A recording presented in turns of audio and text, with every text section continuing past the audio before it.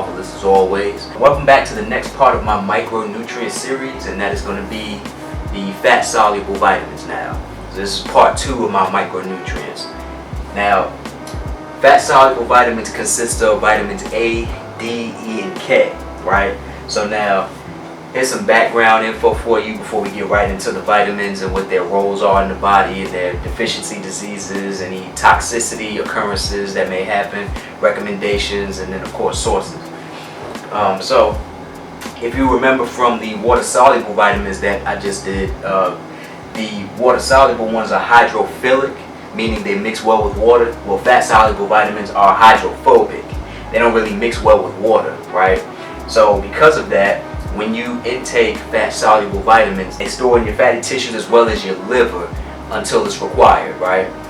Now, they also require transport proteins in order for them to be able to move, whereas the water-soluble vitamins, they move freely within the body, right? Water is their main source of transport, but not so much for the fat-soluble ones. They need protein, transport proteins. And also with fat-soluble ones, it's easier to reach toxicity because of its storage method. So because the fat-soluble vitamins store in fatty tissues in the liver, until they're required, they just kind of sit there until your body, I guess, is in a state where it needs those vitamins. So if you're just consuming those vitamins, and your body's not quite in a state where it's using it, which is pretty rare, to be honest with you, but it can happen because you already have vitamins stored in your fatty tissues, right? They're already there. And that's not to say that you shouldn't get those vitamins, that you should just, leave it, like, whatever's in your body, you just leave it there. There is a recommendation that, you should be getting every day with, each of these vitamins. So as long as you're staying within recommendations, you're fine. And also, so vitamin A, it is the first vitamin recognized with its precursor beta-carotene. That was the first vitamin, the fat-soluble vitamin anyway, that was discovered. With that, we're going to go ahead and get into what each vitamin does and, everything else. So now, here we are with our A, D, E, and K vitamins. This one only has 4 vitamins. The water-soluble ones, there was a good amount. And the part 4 of this series, which is going to be the trace minerals, there's a lot that goes with that too. So, I'm going to try to, see if I'm going to see what I can do about trying to get, everything fit on this board to where, it can still be seen. But other than that, for right now, this is what we're working with. We're going to start with A, which also, as I mentioned, beta-carotene is, they're the same thing. Some of the roles, right? Vitamin A is most known for promoting good vision. It also aids in protein synthesis and cell differentiation. It supports reproduction and regulates growth. And now the epithelial tissues and skin cells, specifically when it comes to cell differentiation, that's the epithelial tissues and skin cells are really the more notable tissues and cells when it comes to cell differentiation and synthesis that A has to do with. Some examples of epithelial tissues would be, like your the respiratory lining of your lungs, as well as the lining of your GI tract. Now, deficiency disease, to date, there isn't one. However, there are, everything you see here is mostly symptoms, except for this first bullet. Developing countries, they have a big problem with vitamin deficiency, but A is definitely one of the more deficient vitamins that developing countries outside of the US, they face, a lot, big time. So what they try to do with vitamin A is they try to consume biofortified corn, rice, and sweet potatoes in order to help them, ensure that they're not deficient. Some of the symptoms. So again, there's not a disease per se for being deficient, because there's a difference between a deficiency disease and deficiency symptom. Lack support for immune function, because vitamin A, along with some of the other vitamins, fat soluble as well as water soluble, have a little bit of a task in helping with immune function. Vitamin C isn't the only vitamin that protects our immune system or that helps maintain the strength of our immune system. There's other vitamins that do aid in that process as well.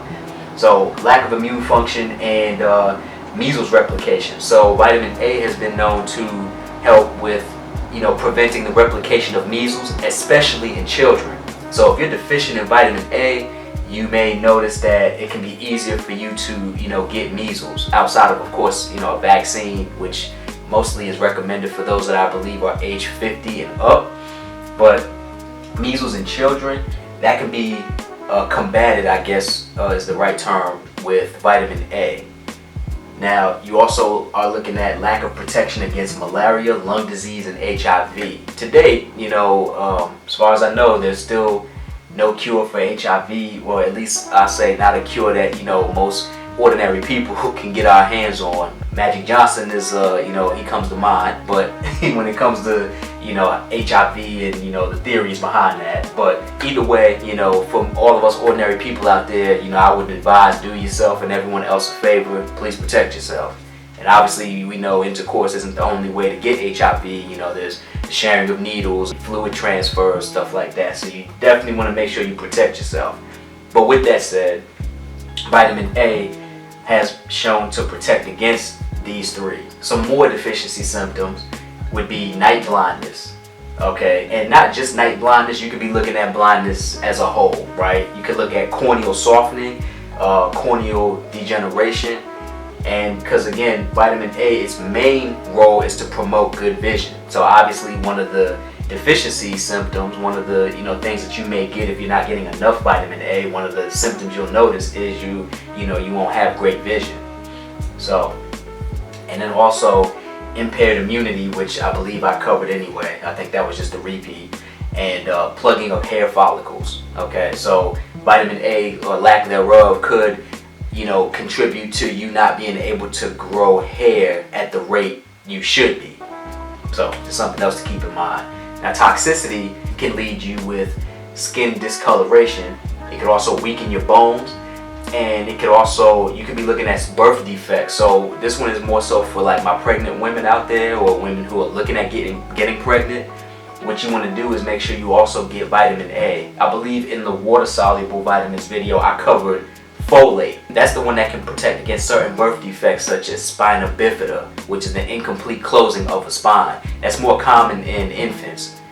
Folate can help with that, but it also turns out vitamin A can as well. So for women who are looking at getting pregnant, or women that are already pregnant, vitamin A, folate, those are among the top 2 vitamins, I'll say. It's not the only 2 vitamins, I'm not saying that, but it is among the top 2 that you want to make sure that you are getting, so that you don't end up with certain birth defects when your baby is born. Spina bifida is important for vitamin A because toxicity can also lead to cell death, right?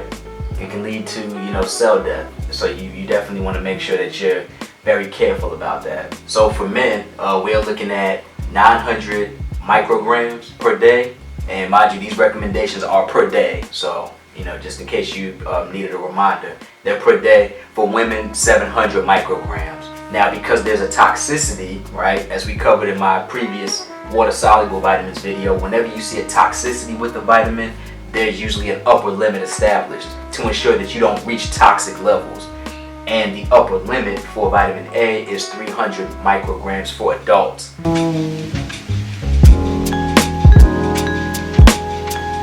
Now, some of the sources that you can get from vitamin A is fortified milk, right? And then you're looking at some fish, again, liver. I personally don't eat liver. I don't ever see myself eating liver, but if you do, more power to you. It is a source of vitamin A. So there's liver, there's broccoli, dark green leafy vegetables. So that's going to be your spinach, your kale, your romaine lettuce, right? Just to name a few. Then you're also looking at, and collard greens as well, I want to throw that out there. Your orange fruits, your deep orange fruits, I might add. So apricots and cantaloupes, those are your deep orange fruits.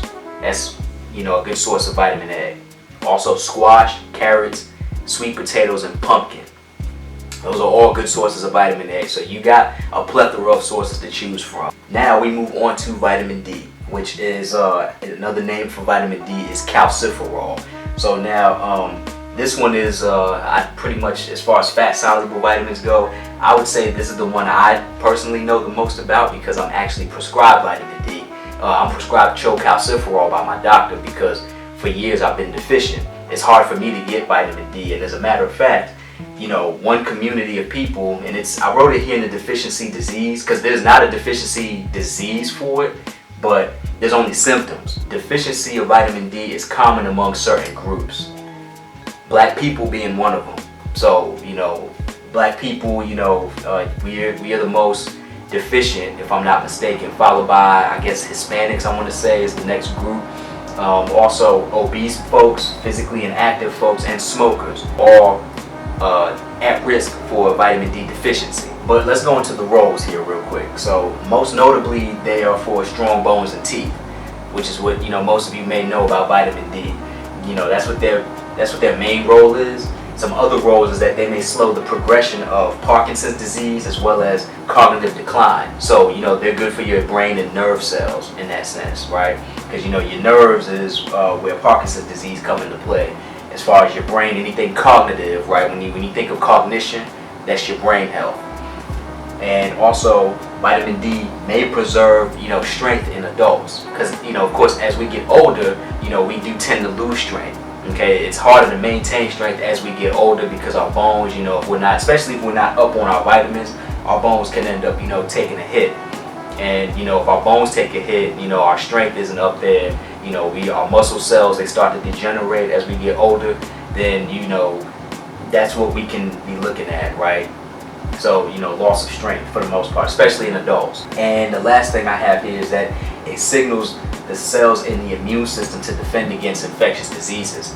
So, just like vitamin A, vitamin D is yet another vitamin that helps with immune health. So vitamins A and D, are also they also come into play there. There were reports, right? I actually wrote one when I was in school. But there were reports that vitamin D deficient folks were more at risk for COVID-19. They were the most, I guess, exposed, or they had the most risk of contracting it. I'm not going to say you getting more vitamin D is what's going to stop you from getting it, but there have been reports, there are peer-reviewed studies out there that, show if you lack this, you're more prone to, infectious diseases. Given that vitamins A and D do help with immune health, it would make sense. But again, of course, more studies and more research is required. I always got to make sure that I put that out there. It's an ongoing thing. When it comes to studies and science, most of us know it's always ongoing, until they find something definitive, that's all we have to go off of for right now. Now, into the deficiency diseases, right? It is the most common deficient vitamin in the U.S., right? This vitamin D deficiency is the most common at 18%. Now, some of the other symptoms you could be looking at is osteomalacia, which maybe some of y'all have heard of, maybe not. The one that y'all most likely have heard of is osteoporosis. Now, osteomalacia is basically, it's just softer bones, right? Your bones start to become soft, right? They're not as mineralized as they should be. Osteoporosis is sort of the next step. That's sort of like, the step up from osteomalacia. As osteoporosis is, of course, weak and brittle bones. Now, the more weak and brittle your bones are, the higher risk you have of getting more fractured and broken bones. And it could also lead you to calcium deficiency. Now, this one was interesting because some of y'all may know about calcium, which isn't a vitamin, but it is a mineral, and it's going to be one of our major minerals that will be covered in the next video in this series. But calcium is also, just like vitamin D, for strong bones and teeth, right? They help mineralize your bones and mineralize, like, your teeth formation and things like that. So vitamin D and calcium, they sort of work in tandem. They do go hand in hand. There is a calcium binding protein called calbindin. And what calbindin does, is it helps with the absorption of calcium. So when there's a vitamin D deficiency, calbindin isn't able to function the way that it's supposed to in your body. And because of that then leads you to you being calcium deficient in addition to being vitamin D deficient.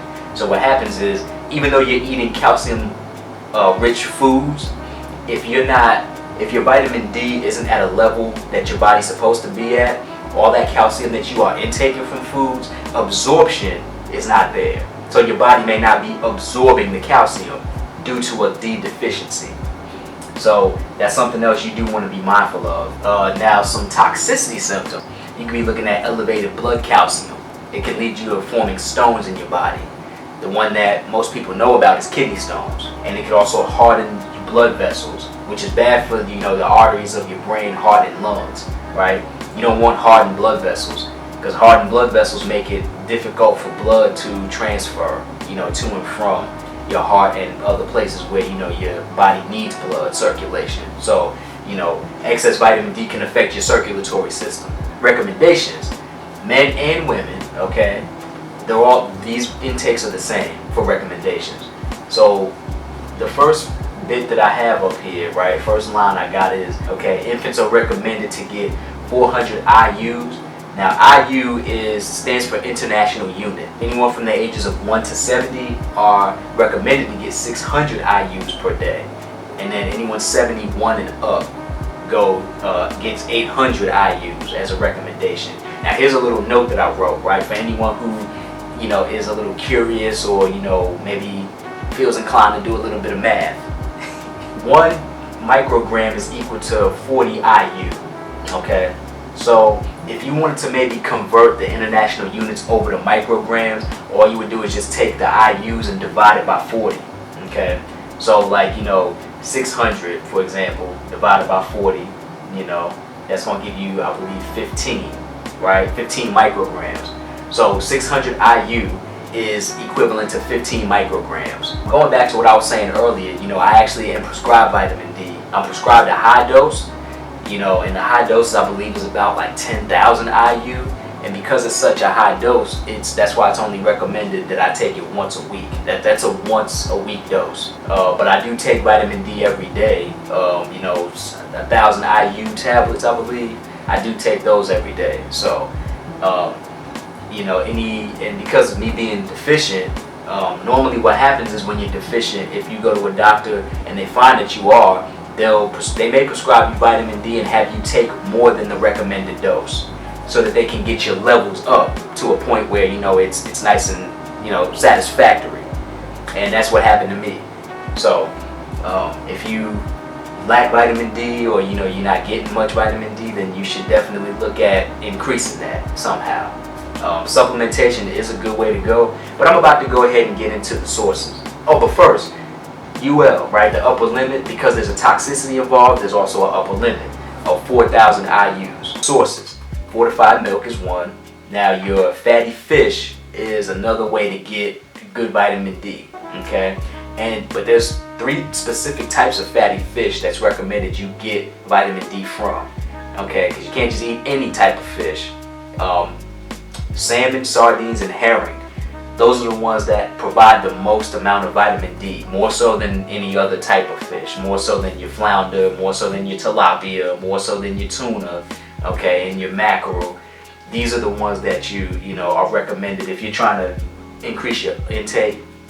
Then those are the types of fish that you want to consume, provided that you do eat fish, because I know there's some different dieting types out there. So, and then there's mushrooms. Mushrooms do provide a good source of vitamin D. I actually cook with that a lot when I make, bowls for my meal prep. Whether it's a chicken bowl or, a veggie bowl of some sort, I always cook with different types of mixed vegetables, and mushrooms it's always added into my bowl meal prep. So, it is pretty good to cook with.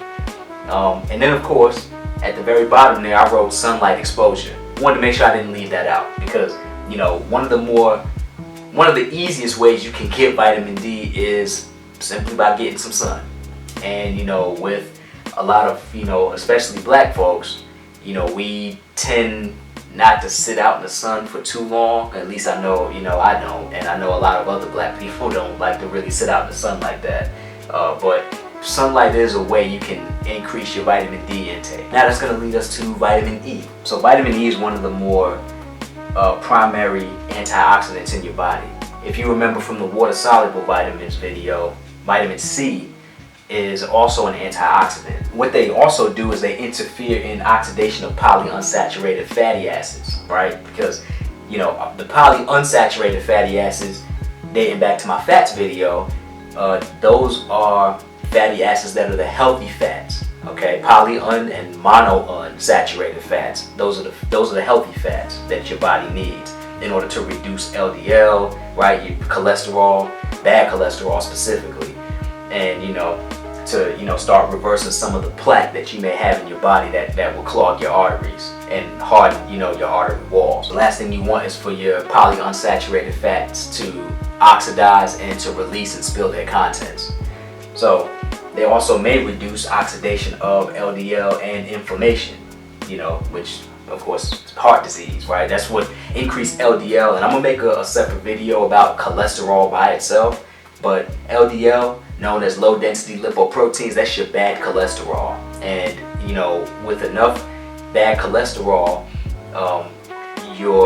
like I mentioned already, but your artery walls could end up getting clogged. And once they get clogged, it starts blocking blood flow, right? It'll affect your circulatory system, leading you to certain heart diseases, right? You can get heart attacks. Atherosclerosis is another one. Okay, so you definitely want to be mindful about your vitamin E intake. You want to make sure that you are getting the recommended amount, which then leads us into deficiency disease. There isn't one right now. There hasn't been one discovered, but there are some symptoms. You can end up with something called hemolytic anemia from erythrocyte hemolysis. So I know I said a lot there, but I'm going to start with the erythrocyte hemolysis. What that is it basically is the breaking of red blood cells. Your red blood cells will break open and then they'll spill their contents. That can lead you to hemolytic anemia, which essentially is your body having too little red blood cells to be able to do what your body needs. Because our red blood cells, they tend to carry oxygen, right? They transport oxygen to and from different parts of our body, lungs, right, respiratory lining and things like that. So when you're anemic, that makes it difficult for your body to be able to synthesize the oxygen that your body needs. The next deficiency symptom that you could be looking at is neuromuscular dysfunction. And that can range anywhere from impaired vision, impaired speech, to muscle coordination, reflexes, anything that you can think of, that's neuromuscular, right? Any neuromuscular activity. Toxicity, okay? So when you consume vitamin E in excess, it could actually cancel out blood clotting, the role of vitamin K. So vitamin K, is the last vitamin that we'll cover, but vitamin K's main role anyway, I'm gonna just go ahead and get into that, is to blood clot, okay? It's to maintain and synthesize blood clotting proteins. When you have no vitamins that aid in blood clotting, and you have no blood clotting proteins able to be synthesized because of a deficiency, you could be looking at increased risk of hemorrhaging as a result, right? It becomes easier for you to bleed out and bleed more, okay? Because your body doesn't clot whenever you say get a cut, or you scrape yourself, or something like that. Which leads us to the recommendation of 15 milligrams per day for both men and women. All right. There's an upper limit established, obviously, because we have a toxicity symptom. So 1,000 milligrams per day. Most likely, the foods we eat, vitamin E comes in a lot of different foods anyway. I've only written 3 up here though. Your vegetable oils, seeds, and nuts. Those are the main sources that you can get vitamin E from. Another item that you can get vitamin E from, I just actually recently started eating this item, is black rice or forbidden rice. They're the same thing. You may see packages call it forbidden rice, but it's basically black rice. It's the healthiest rice that you can get. It's healthier than the brown, healthier than the parboiled rice that I eat, the Uncle Ben's original parboiled rice. It's even healthier than jasmine, healthier than basmati. Basically black rice is at the top. It's top tier. It's the healthiest rice over all the other rices, and it's rich in vitamin E as well as iron, and it's an antioxidant, which vitamin E provides anyway. Our last vitamin is vitamin K. Now we went over a little bit of that in vitamin E, but vitamin K, its main action is to synthesize blood clotting proteins. So it also produces osteocalcin, which is it's a calcium binding protein, just like calbindin in a sense. But what osteocalcin does is it makes it an essential bone building vitamin, right? Osteocalcin is the calcium binding protein that your body requires in order to mineralize and build your bones. Now, there is no deficiency disease to note, okay? Now, there is, however, symptoms, obviously. So when you are deficient in vitamin K, you could be looking at an increased risk of hemorrhaging.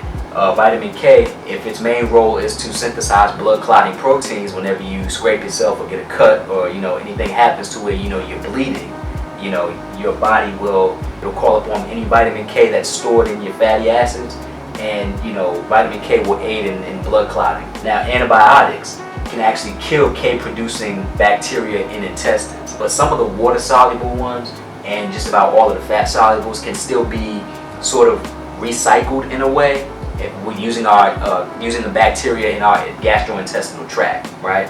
And also anticoagulants, they can disrupt vitamin K's metabolism and activity.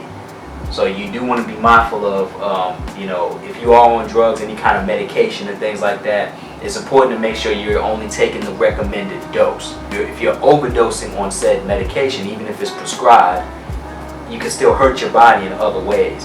Overdosing on prescription medication can cancel out some of these vitamins, depending on what the drug is you're taking.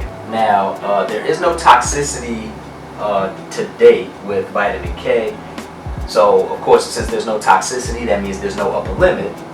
But the recommended dosage that you should take, or the recommended amount, for men, 120 micrograms, and for women, 90 micrograms.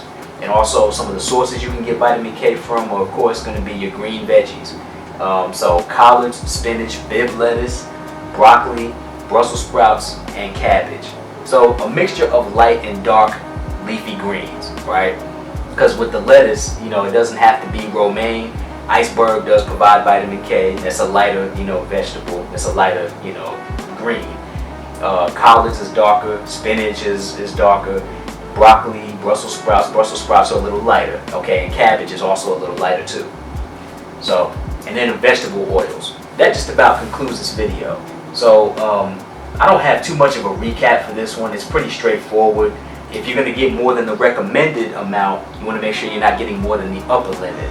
Because with water-soluble vitamins living freely, right, and then any excess being excreted in your urine, it's not as easy to overdose on water-soluble vitamins as it is to overdose on fat-soluble.